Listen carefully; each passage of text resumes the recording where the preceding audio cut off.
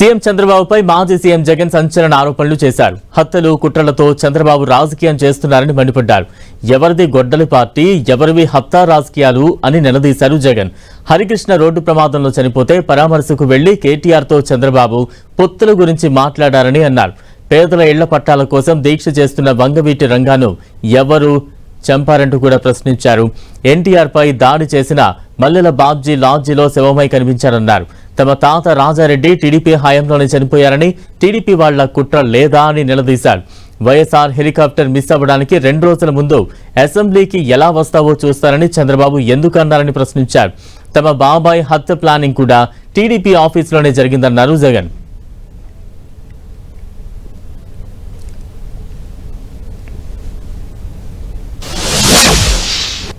అసలు అయ్యా చంద్రబాబు, అసలు ఎవరిదయ్యా గొడ్డలి పార్టీ అని చంద్రబాబు సీరియస్గా క్వశ్చన్ చేస్తా ఉన్నాం.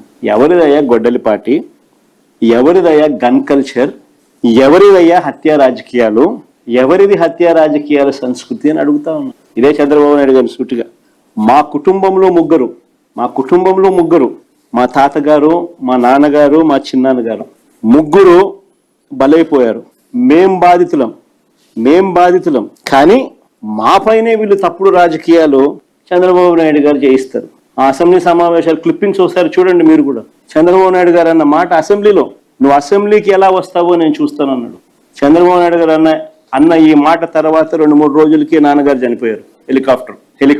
Helicopter accident.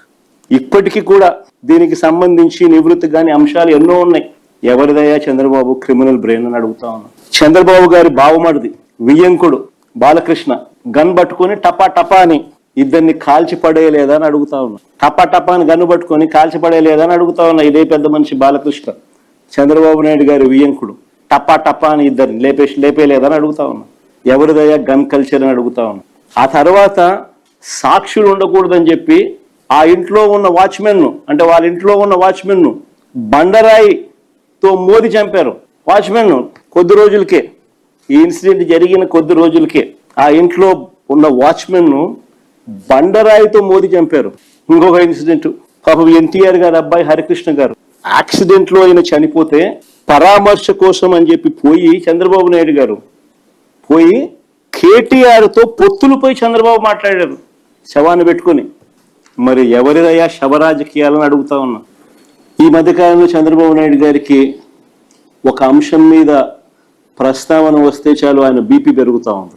పొరపాటున చంద్రబాబు నాయుడు గారికి ఎవరైనా కూడా నిద్రలో మావిగన్ అని అన్నారంటే చాలు, బహుశా గుండాకి చనిపోతాడు. అంతగా ఆయనకు మావిగన్ అనే పేరు వింటే బీపీ పెరుగుతూ ఉంది. ఎప్పుడైనా మీరైనా పొరపాటున అనండి, ఎప్పుడైనా మావిగన్ గురించి మీ కమెంట్స్ ఏంటి సార్ అని. గుండా ఆగిపోకపోతే అదృష్టము. సెక్రటేరియట్ పేరుతో, పర్మనెంట్ సెక్రటేరియట్ అనే పేరుతో 5 బిల్డింగుల నిర్మాణంలో చంద్రబాబు నాయుడు గారు చేస్తా ఉన్న దోపిడీని చూస్తే రాష్ట్ర ప్రజలు నివ్వెరపోతారు.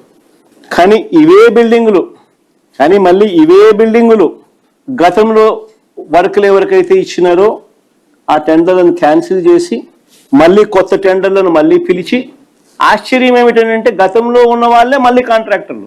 చంద్రబాబు నాయుడు గారు అనే వ్యక్తి రాష్ట్రానికి ఎన్నటికీ కూడా రాజధాని లేకుండా చేస్తా ఉన్నాడు.